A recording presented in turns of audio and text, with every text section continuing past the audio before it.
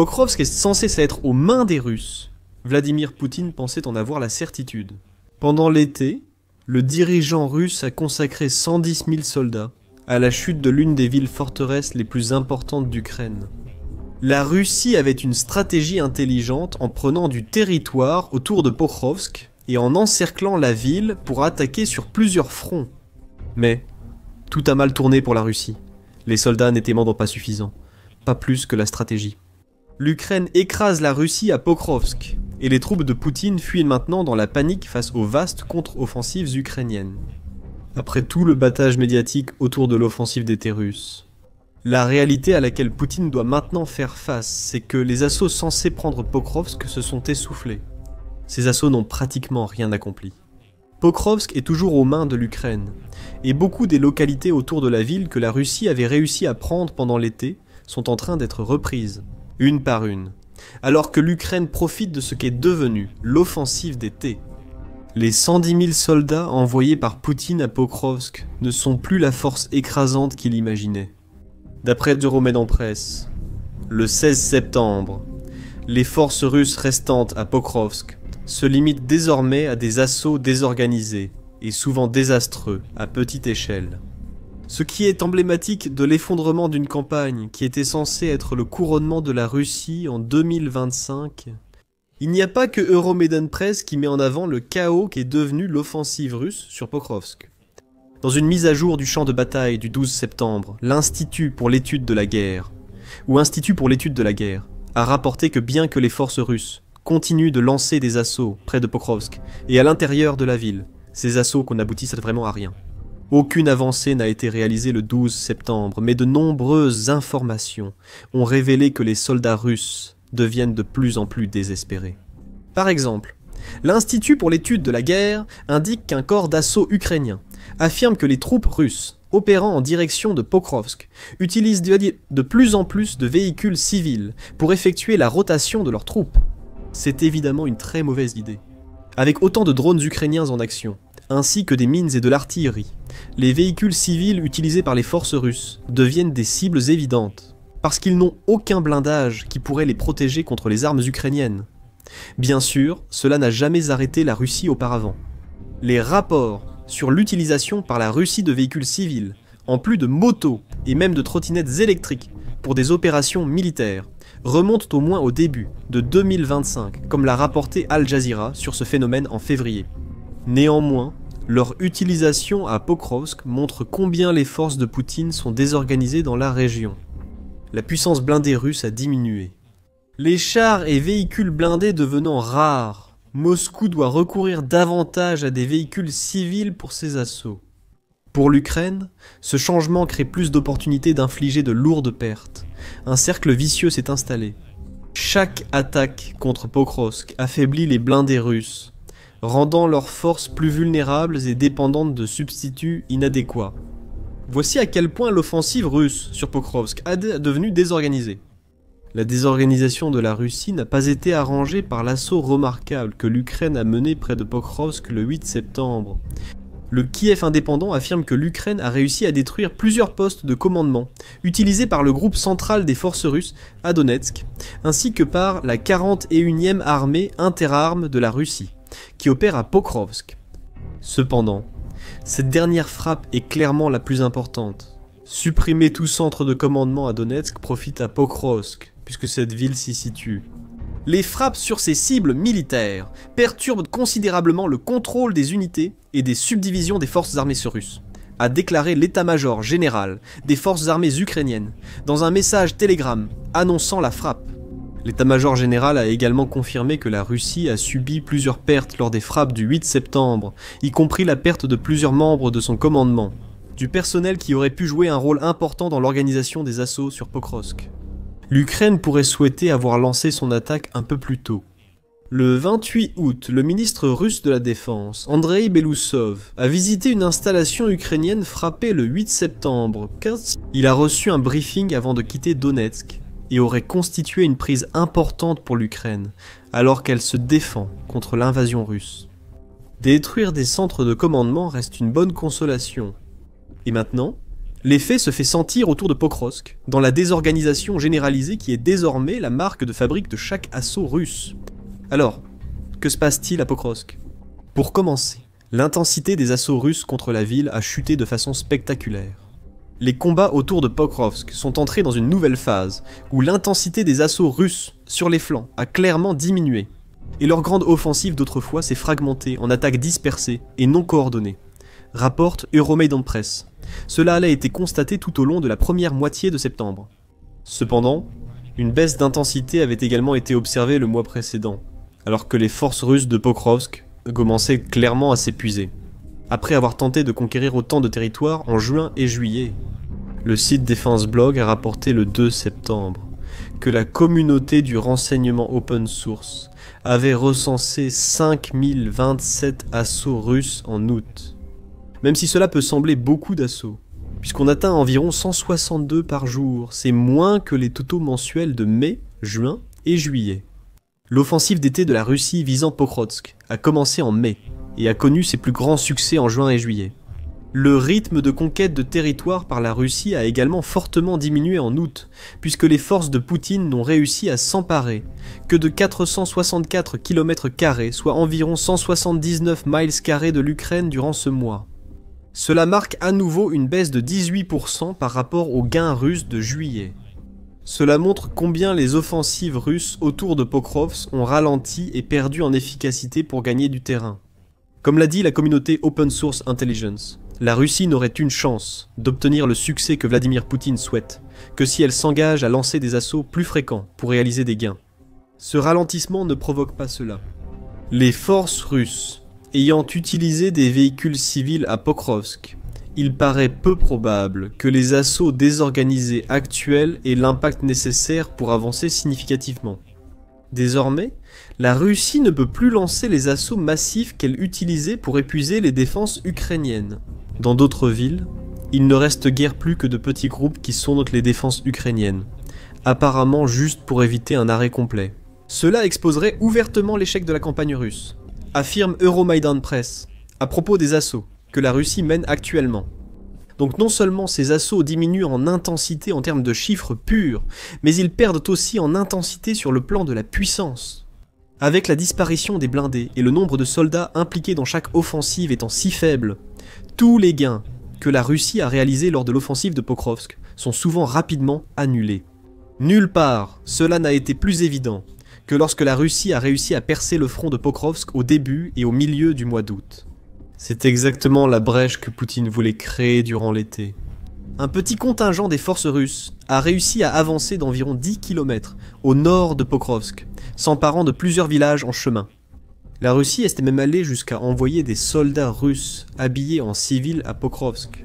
Ces infiltrés ont été signalés par The Telegraph le 13 août. Et ils faisaient partie du saillant que la Russie a réussi à développer à Pokrovsk. Cependant, le faible volume de troupes russes a créé des problèmes. Le problème principal était que le faible nombre de troupes à Pokrovsk empêchait réellement la Russie d'entrer dans la ville. Des fortifications ne sont pas construites quand les assaillants, trop peu nombreux, luttent pour survivre plutôt que bâtir des défenses. De plus, toute la percée que la Russie a réussi à réaliser sur le front de Pokrovsk était étroite. Si étroite que les renforts ne pouvaient pas arriver à un rythme proche de celui dont la Russie avait besoin pour tenir. Son unique vrai succès durant toute l'offensive d'été. En quelques semaines après la percée russe à Pokrovsk, l'Ukraine avait refermé la brèche et encerclé les soldats envahisseurs. Ces soldats n'ont pas tenu longtemps. Et à partir de là, l'Ukraine a repris des localités et des villages que la Russie pensait avoir conquis lors de l'offensive d'été. Dans presque tous les cas, la faible taille des déploiements de troupes russes se retourne contre elle. Bien sûr, des unités plus petites peuvent échapper aux drones et progresser un peu, mais une fois qu'elles sont découvertes, elles sont facilement éradiquées. À présent, en avançant en septembre, ces petites unités doivent affronter un manque de blindés et une Ukraine qui maîtrise leur tactique. Ajoutez la perte du commandement à tout cela, et le résultat c'est la désorganisation qui s'ajoute au manque de puissance de ces assauts. Tout cela crée un mélange grisant d'échecs russes, et souvent, la Russie ne peut même pas attaquer. À la place, ces soldats doivent fuir des territoires qu'ils pensaient avoir conquis sur l'Ukraine. Nulle part cela n'est plus évident que dans les localités d'Oudachny et de Myrnorad, sur le flanc ouest, près d'Oudachny. Les efforts russes se sont réduits à des tentatives d'infiltration chaotiques, sans aucun soutien d'armes combinées, rapporte Euromaidan Press. Sur le flanc est, près de Myrnorad, l'histoire est à peu près la même, avec des assauts fragmentés qui se terminent par l'abandon de véhicules et des retraites paniquées sous le feu ukrainien. C'est ce manque de soutien d'armes combinées qui est le véritable point faible pour la Russie ici. Tout comme cela a été le cas avec le Saillandaout à Pokrovsk. Les petites unités russes parviennent à progresser, souvent sans être détectées par l'Ukraine, jusqu'à ce qu'elles puissent revendiquer un territoire ukrainien. Mais le manque d'organisation de la Russie et ce qui semble être une crise émergente de matériel font que ces petites unités n'ont que rarement du renfort. Les chars ou les véhicules de combat d'infanterie n'interviennent que rarement, et l'usure limite la fréquence de leur déploiement. Les renforts, lorsqu'ils arrivent, sont souvent trop lents ou en nombre insuffisant pour changer l'issue du combat. Comme le dit Euromaidan Press, les tentatives d'infiltration de la Russie sont chaotiques et semblent manquer de toute forme de coordination nécessaire pour les transformer en succès. L'Ukraine profite de ce manque de coordination pour riposter.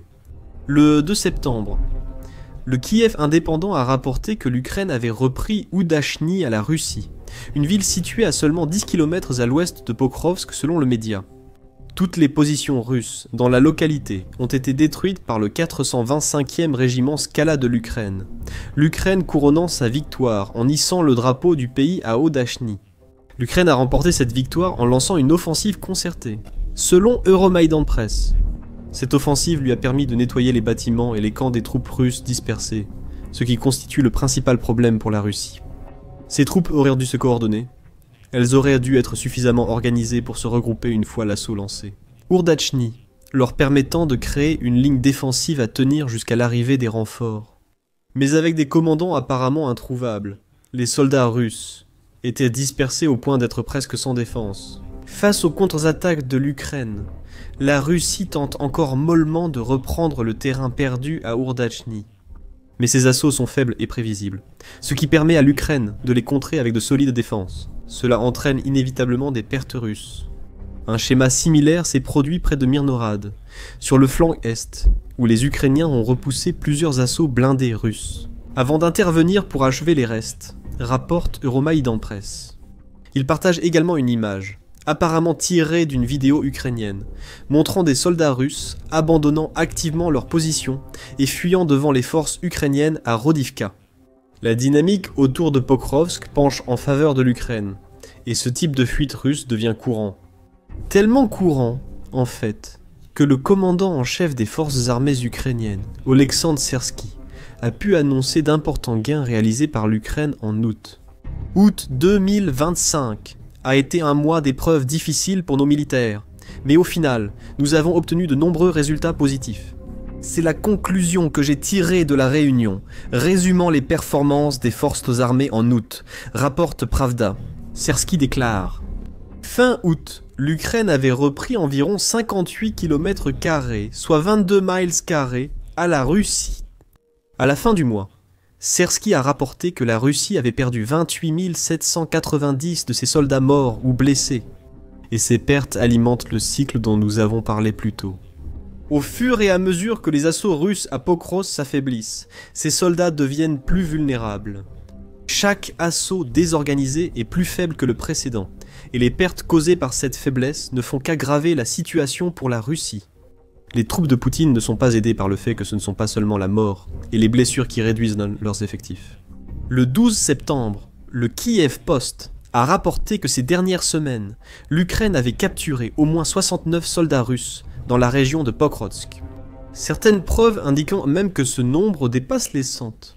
Certains de ces soldats ont également fait des déclarations enregistrées révélant à quel point leurs assauts sont devenus chaotiques.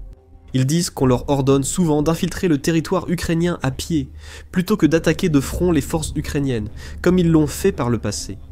Opérant en groupe de 10 à 50 hommes, ils infiltrent un endroit, puis s'y retranchent, se cachant souvent dans les caves des bâtiments en attendant des renforts. Ce type de stratégie pourrait fonctionner, mais, comme mentionné précédemment, les renforts arrivent rarement. Et même si c'était le cas, l'Ukraine coupe souvent les routes qu'ont utilisées les infiltrés pour pénétrer sur son territoire. Cela provoque des encerclements menant à la mort ou à la capture des soldats russes. Il faut aussi noter que les soldats capturés fournissent des renseignements. Qui sait ce que l'Ukraine apprend de ceux qu'elle met en détention, ou comment ces informations sont utilisées pour contrer la Russie alors que l'offensive de Poutine-Pokrovsk s'effondre. Tout cela s'ajoute à une situation désespérée pour la Russie. Tellement désespérée qu'elle tente à nouveau une stratégie d'infiltration déjà testée ailleurs, mais vouée à l'échec à Pokrovsk, en faisant passer des soldats discrètement par les égouts et canalisations. C'est dans cet environnement d'échec que le commandement russe s'est de nouveau tourné vers des opérations symboliques étranges pour sauver la face, affirme Euromaidan Press. Incroyablement, ils ont répété une de leurs opérations célèbres par les canalisations, entassant des soldats dans les égouts. Dans l'espoir d'infiltrer Pokrovsk et de produire des images montrant des avancées, des vidéos de la Russie utilisant cette tactique sont même apparues sur les réseaux sociaux, a rapporté Mesa le 4 septembre. Ces vidéos ont été vérifiées par l'Ukraine.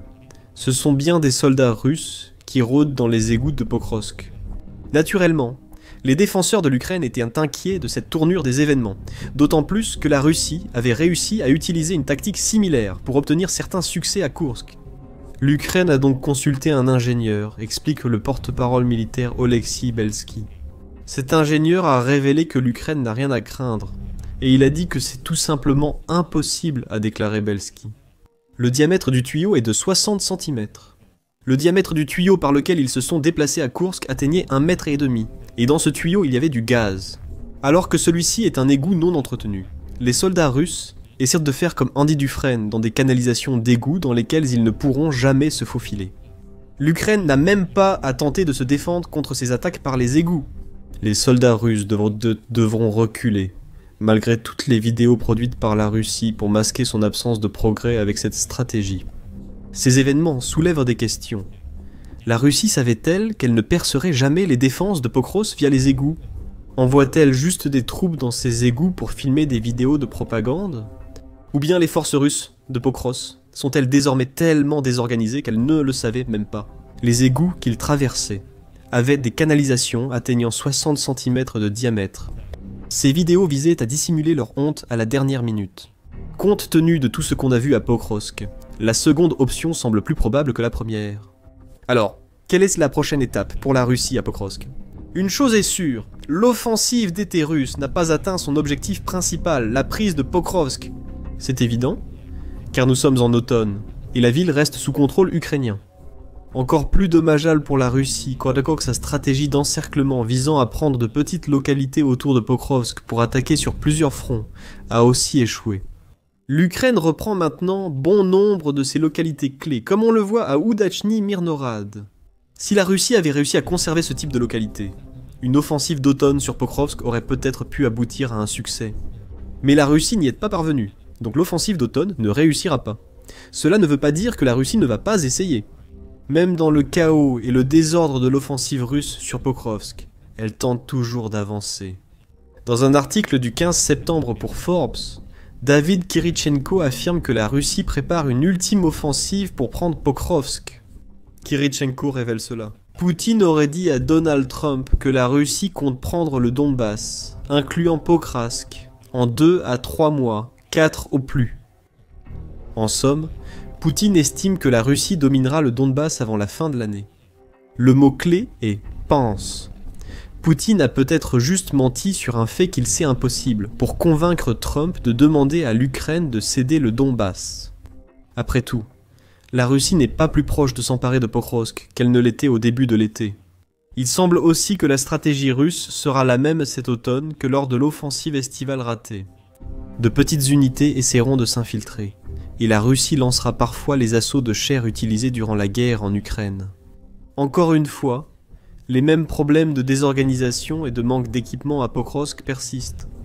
Ces problèmes persistent, remettant en cause l'efficacité d'une offensive d'automne pour Pokrovsk, surtout alors que la météo en Ukraine se détériore.